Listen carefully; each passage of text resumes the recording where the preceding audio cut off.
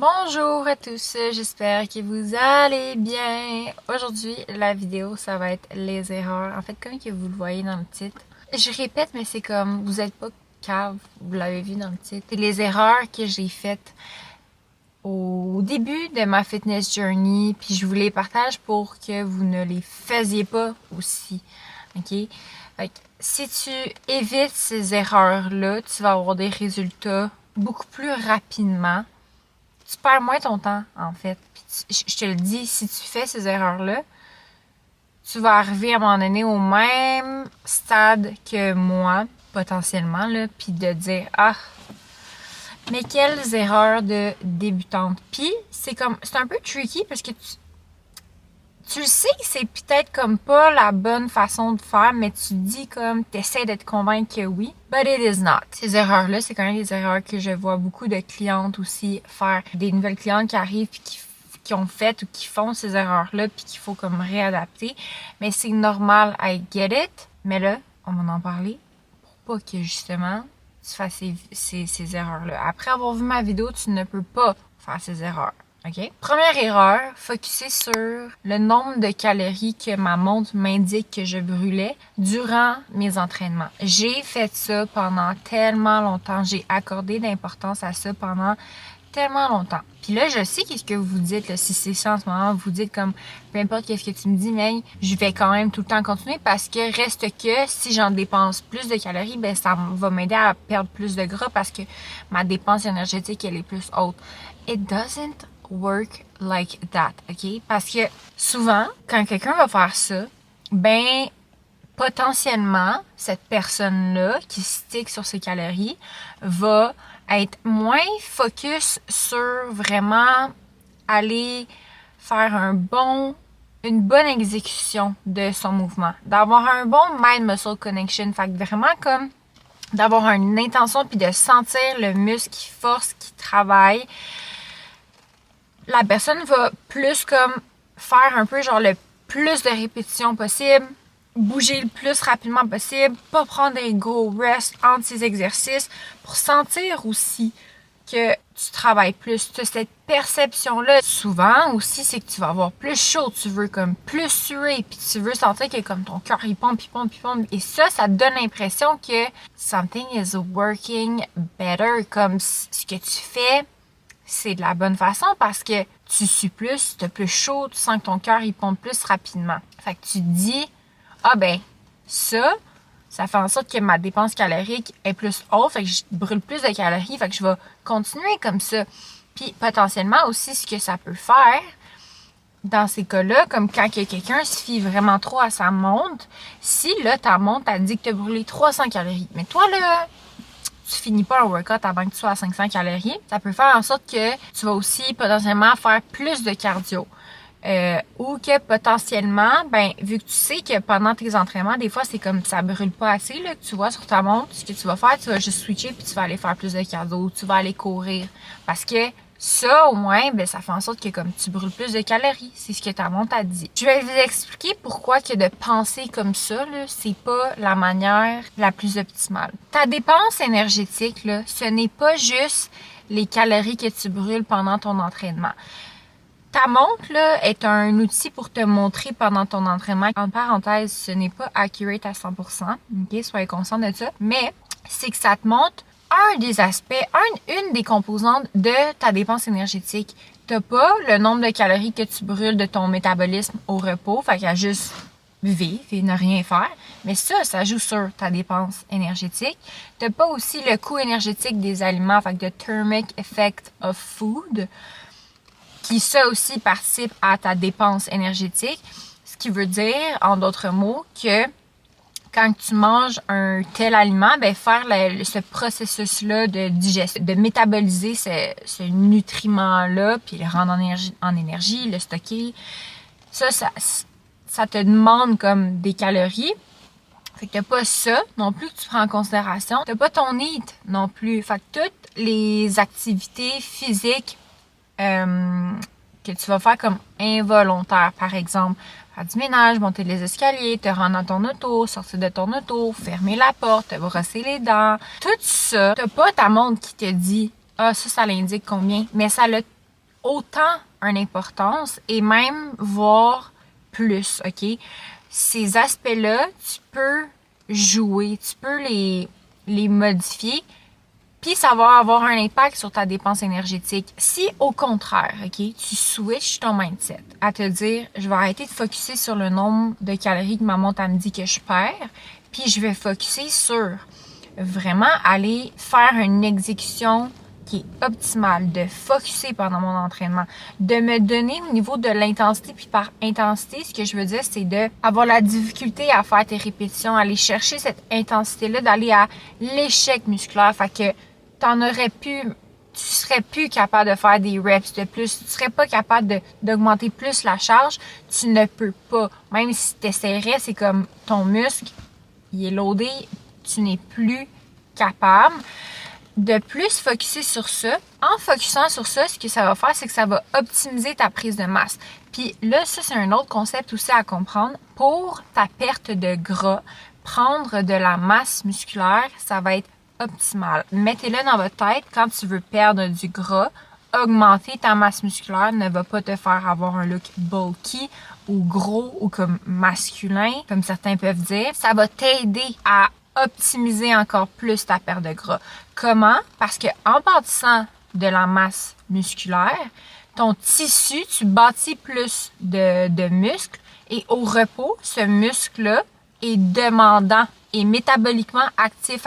Il va demander, il va faire en sorte que tu vas brûler plus de calories au repos. Quand tu focuses juste sur les calories pendant ton entraînement, de comme brûler, tu focuses pas nécessairement à optimiser le plus possible à bâtir de la masse musculaire pendant ton entraînement. Non, tu focuses juste à comme, OK, je vais faire plus de répétitions. Juste, en fait, c'est juste de comme, tu vas, souvent, là, quand tu focuses juste les calories, c'est comme, t'essaies juste de comme, plus bouger, puis plus sentir que t'as chaud, puis que tu sues. Ça, c'est pas nécessairement ce qui va optimiser ta prise de masse musculaire. Pour la prise de masse musculaire, faut qu'il y ait une tension, faut aller proche de l'échec ou atteindre l'échec musculaire. Si tu fais ce switch-là et que tu comprends pourquoi, tu vas optimiser ta perte de gras. Puis, ça aussi, j'avais fait une vidéo par rapport à ça, fait que je vous invite à aller l'écouter, la différence entre perte de gras et perte de poids. Mais quand que tu perds du poids, quand tu veux perdre du gras, il faut que tu comprennes, c'est que oui, tu vas brûler du gras, mais tu peux aussi perdre ta masse maigre. Idéalement, ça, tu veux le moins possible en perdre. Puis comment qu'on peut s'assurer que on brûle le plus possible de gras? Une des façons d'y arriver, c'est de justement optimiser puis prendre la masse musculaire, parce que c'est comme si pendant ton déficit, là, tes nutriments, ils vont un petit peu n'importe où, OK? Puis là, ben, c'est comme si ton muscle, il va avoir une demande pour les nutriments vraiment plus. C'est comme si, voilà, comme des petits bonhommes, là, puis t'as ton gras qui voudrait avoir des nutriments puis stocker, puis t'as ton muscle qui demanderait des nutriments aussi, du glycogène, des protéines aussi, des acides aminés. Puis il crie comme encore plus fort parce que la demande est là, parce que tu t'as mis une tension sur ton muscle. Fait qu'après ça, il veut s'adapter. Fait que la demande est plus là. Tu crées cette demande-là. Ça fait en sorte que quand tu essaies de perdre du gras, ben où est-ce que tu vas aller prendre de l'énergie? Ça va être de ton tissu adipeux et non de tes muscles. Parce que ton muscle, il est occupé à faire quelque chose d'autre. Évidemment, je mets ça très simplifié, imagé, métaphoré, là, pour vous permettre de comprendre, en fait. Fait que ça, major shift que j'aurais tellement dû faire. Si tu estimes qu'un workout n'est pas bon par le nombre de calories que ta montre t'a brûlé, you are in the wrong. Ton workout est autant bon que tu aies brûlé 300 ou 500 calories sur ta montre tant que ton niveau d'intensité était là. Est-ce que tu t'es donné à ton 100%? Oui ou non? T'as-tu atteint l'échec musculaire? Oui ou non? Ça va avoir vraiment plus un impact que juste ta montre qui te dit t'as perdu 300 calories. Ça veut dire que ce workout-là était pas bon. Non, absolument pas. Je peux faire un workout puis j'ai perdu 300 calories, mais je suis allée à l'échec musculaire. J'étais focus. J'avais un bon mind-muscle connection. Et ce workout-là va optimiser mes résultats encore plus, davantage que un workout que j'aurais fait, que, bon, ma montre me dit que j'ai brûlé 500 calories, mais pour vrai, je me suis donné peut-être à 60%. Je parlais avec un tel entre mes séries. Puis j'allais pas à l'échec musculaire, mais il m'a duré comme un peu plus de temps. Puis j'ai fait comme quelques walking lunch de plus avec pas de poids. T'sais. C'était pas comme demandant, mais j'ai juste plus bougé mon corps. Fait que j'ai perdu 500 calories. Ce workout-là va être moins optimal pour mes résultats. Ce workout-là, il ralentit en quelque sorte mon processus pour essayer d'avoir des résultats plus grands, puis des meilleurs résultats, puis des résultats plus rapidement aussi. C'est vraiment un changement que je vous conseille de faire aussi. Puis encore là, once again, tu sais, se fier à ta montre. Des fois, là, on dirait justement, je capotais d'être comme fuck, mon workout, il m'a juste comme pris 300 calories, mais j'ai tellement l'impression que je m'étais donné. Puis là, c'est démotivant. Tu peux vraiment comme rentrer dans ce cercle vicieux-là. Alors que ta montre, là, faut que tu comprennes que oui, ça peut être un outil qui est intéressant à utiliser, mais c'est pas l'affaire qui calcule le mieux tes calories, là. Tu sais, juste vous donner un exemple. Quand que je marche sur le tapis roulant, puis que je tiens mon téléphone, puis ma montre est de ce côté-là, puis que je tiens mon téléphone 30 minutes versus l'autre jour d'après que je prends ma montre, je fais mon 30 minutes de cardio, le même cardio, même intensité, même vitesse, même temps, puis que je tenais pas mon téléphone dans mes mains puis que mon téléphone était là, ma montre va m'indiquer que j'ai pas brûlé le même nombre de calories. Tu sais, c'est comme, j'ai fait le même exercice, là. Fait que arrêtez de capoter avec ça. Autre erreur que j'ai faite et que je sais que plusieurs font, c'est de être relativement basse en calories pendant, disons, du lundi au vendredi, puisque c'est souvent ça qui est très, très fréquent. Puis, pour me permettre, en fait, que le samedi puis le dimanche, je sois vraiment en grand surplus calorique, OK? Puis que c'est comme un peu un genre de all or nothing. Faire de cette manière-là, ça va te rattraper à un moment donné parce que quand tu es en gros déficit calorique aussi pendant la semaine pour essayer de comme compenser après ça avec la fin de semaine, probablement que tu vas sentir que tu es plus low energy. Fait que tes workouts, est-ce qu'ils vont être le plus optimal que ça possible? Non. Mais là, après ça, moi, ce que je me disais, c'était comme, si mon workout, il est pas tant comme, je sens que j'ai pas autant d'énergie, c'est pas grave, je vais aller faire du cardio, tu sais, c'est comme, c'est moins demandant. Mais encore là, ça revient à mon point que je vous disais tantôt, tu veux en bâtir de la masse musculaire. And at some point, juste faire du cardio, ça ne met pas une tension qui est assez importante sur tes muscles pour que tu en développes la masse musculaire. Le problème aussi, c'est que quand après ça, tu compenses avec le samedi puis le dimanche, c'est des gros surplus caloriques, puis ça peut potentiellement faire en sorte que tu vas plus stocker de gras, des nutriments qui vont aller dans tes tissus adipeux. Puis tu peux aussi développer une résistance à l'insuline. Ça soit plus difficile d'être capable de perdre du gras, OK? Tu sais, ton corps, c'est nous là, qui avons fait en sorte que le corps, il fonctionne comme sur un 24 heures, mais en réalité, ton corps, il sait pas que comme, OK, là, on est lundi, là, après ça, on est mardi, on est mercredi, tu sais, c'est comme, c'est toujours un processus qui est en continu et dans la journée aussi. Tu sais, dans ta journée, on pense tout le temps au déficit puis au surplus comme à la fin de ta journée. Fait que le déficit ou le surplus, le maintien calorique total. Mais durant ta journée, il y a des fois que tu es en déficit, après ça, en surplus calorique. Par exemple, quand que tu as fini de manger, tu es en surplus calorique. Fait que c'est comme de faire l'addition de chaque jour. Puis si plus souvent qu'autrement, tu es en déficit calorique, c'est là où on va dire qu'au total, tu es en déficit calorique. C'est de ça qu'on parle là, quand on mentionne un déficit calorique. L'affaire, c'est que si le samedi puis le dimanche, tu es en surplus calorique extrême sur le moment, là, les nutriments, quand tu les donnes, ben, où ce qui reste à prendre, ben, ça va être encore plus ton tissu adipeux parce que à un moment donné, tes muscles qui sont comme, OK, j'en ai eu assez, j'en ai plus besoin, ça va aller se stocker en gras. Puis, quand que c'est trop sur le moment même aussi, justement, c'est là où est-ce que tu peux développer plus une résistance à l'insuline. Fait que, certes, tu peux te permettre de augmenter plus tes calories la fin de semaine en étant comme plus en déficit calorique. C'est wise, c'est intelligent. Mais souvent, là, malheureusement, ce que ça va faire, ça, c'est juste que ton poids, il va juste tout le temps se maintenir. Puis, si t'en perds du poids de cette manière-là, ça va être justement plus une perte de poids qu'une perte de gras. OK? Fait que quand que je parlais tantôt de tu prends de l'énergie de tes tissus adipeux, mais aussi de ta masse maigre, ben tu vas probablement, potentiellement, plus perdre aussi du lean body mass, fait que masse maigre, du muscle. Puis c'est pas ça que tu veux parce que ça va pas aider à ta perte de gras que tu as en tête, ce look-là comme tonifié. Parce que pour avoir ce look-là tonifié, comme je disais tantôt, faut que tu en bâtisses de la masse musculaire, puis faut que tu essaies de limiter le plus possible de brûler de la masse maigre, puis tu essaies le plus possible de brûler du tissu adipeux. Puis de faire des gros extrêmes comme ça ne fait pas en sorte que tu vas optimiser l'utilisation de chacun des macronutriments comme énergie. Autre erreur que j'ai faite et que tellement de gens vont faire, c'est de ne pas manger après un entraînement en se disant que toutes les calories que j'ai brûlées là, ben je veux pas les reprendre.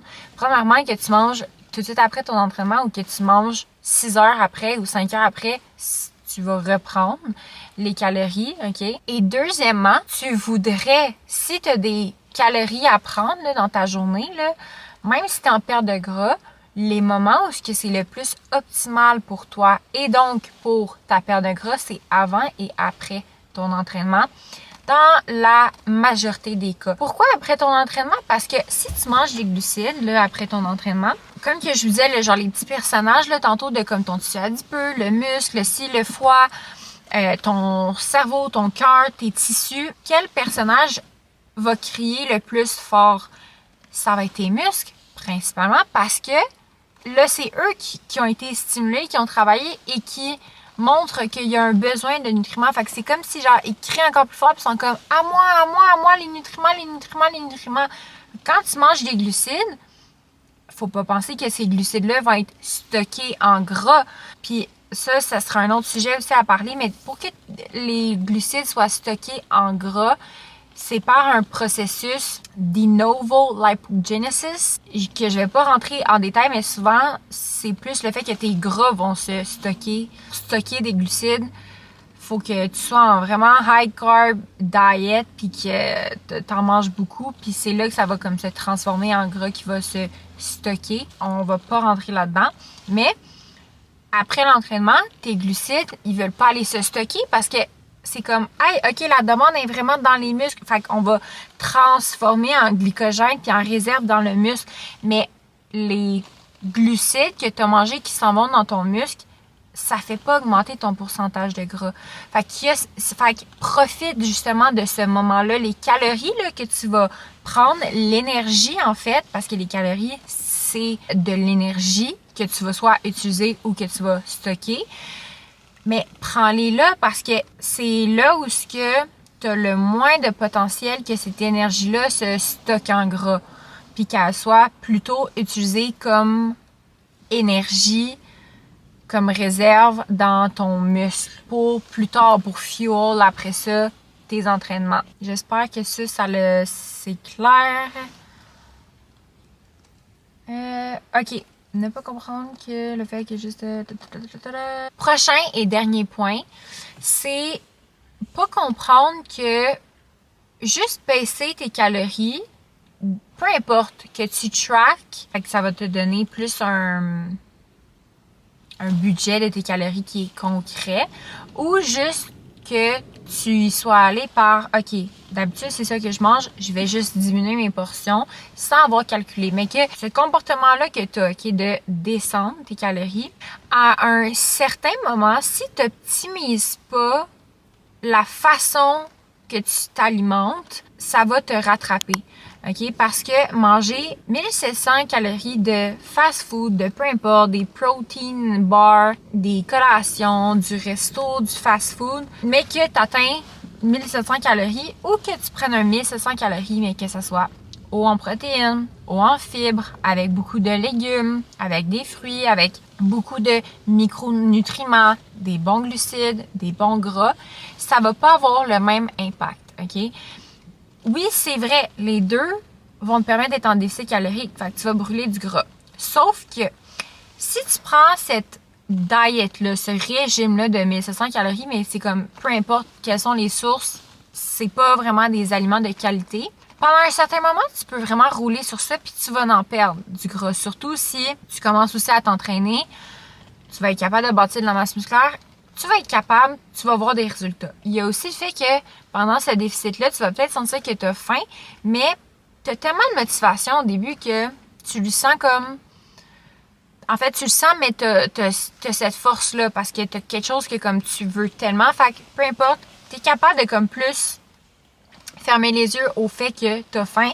Tu vas continuer, tu vas être motivé, tu vas être motivé. Arrive à un moment donné où ce que là, justement, ça te rattrape parce que cette façon-là de t'alimenter te donne moins de fibres, te donne moins de micronutriments. Tout ça, là, ça a un impact sur tes hormones, ton système nerveux. Ça a un impact sur réguler ta faim, réguler ton sommeil, optimiser comment que le métabolisme des nutriments, fait comment que ton corps va absorber les nutriments, réguler aussi ton stress.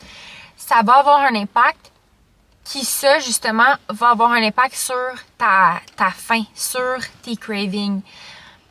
Fait que oui, ils ont le même impact niveau calorique, le même nombre que tu vois, mais ça n'a pas réellement le même impact. Il y a aussi le fait que 1700 calories de manger un peu du fast-food, un peu n'importe quoi, tant que tu respectes les 1700 calories, mais que c'est comme les protéines, t'es peut-être à un 80 grammes, puis t'as beaucoup de carbs, beaucoup de fat, versus même nombre de calories, mais haut en protéines, des bons gras, des bons glucides, pas trop, avec des fibres, beaucoup de fruits, beaucoup de légumes, beaucoup de micronutriments. Ce que ça fait, ça, principalement les fibres et tes protéines, c'est que, rappelez-vous, comme que je disais tantôt dans les composantes de la dépense énergétique, le coût énergétique des protéines puis des fibres est plus grand. Ce que ça signifie, en d'autres termes, c'est que la digestion de les protéines puis les fibres, ça coûte plus d'énergie, fait que ça coûte plus de calories, fait que ça augmente encore plus ta dépense énergétique. Fait que ça participe encore plus à ton déficit calorique. Donc, c'est de comprendre que ton apport calorique, dépendamment de la composante et la répartition des macronutriments là, que tu manges, protéines, lipides, glucides, ça va pas être la même si quand tu les additionnes, quand tu le manges, là, c'est la même affaire. Les deux, ça va être 1700 calories, mais en fait, ce que tu en retiens, c'est pas la même affaire à cause de ce coût énergétique-là. Puis comme que je vous disais, c'est que ça va rattraper à un moment donné parce que tu vas aussi moins ressentir la faim avec quelque chose qui est high protein, avec des fibres. Ça va juste optimiser aussi plus ta santé en général. Fait que ça va être moins difficile de suivre ce déficit-là. Puis ça aussi, ça peut justement t'apporter au fait que t'auras pas des grosses envies de full plus manger la fin de semaine parce que t'es juste comblé puis c'est moins difficile de le suivre ce déficit calorique-là puis tu vas te sentir mieux versus le 1700 calories mais de manger juste n'importe quoi, que tu vas manger des aliments transformés tant que tu suis le 1700 calories. Sur le long terme, ça va être difficile parce que tes cravings vont être là. Tu vas peut-être avoir un sentiment de faim qui va être plus constant aussi. Ça peut affecter ton sommeil. Puis on le sait quand tu es fatigué aussi, quand tu n'as pas des bonnes nuits de sommeil. Le sommeil, là, c'est si important. Tout ça, ça l'affecte ta faim. Donc, par le fait même, ça peut faire en sorte que, à un moment donné, au final, tu vas plus être en déficit calorique. Pourquoi? Parce que ça a été bien trop difficile à contrôler, puis oups, tu as augmenté tes calories. Puis à un moment donné, ça peut comme péter, puis faire en sorte que ton apport calorique, c'est pas un petit 100 calories de plus, c'est un 800, un 900, puis un 1000 calories. Donc, voilà pour mes trucs.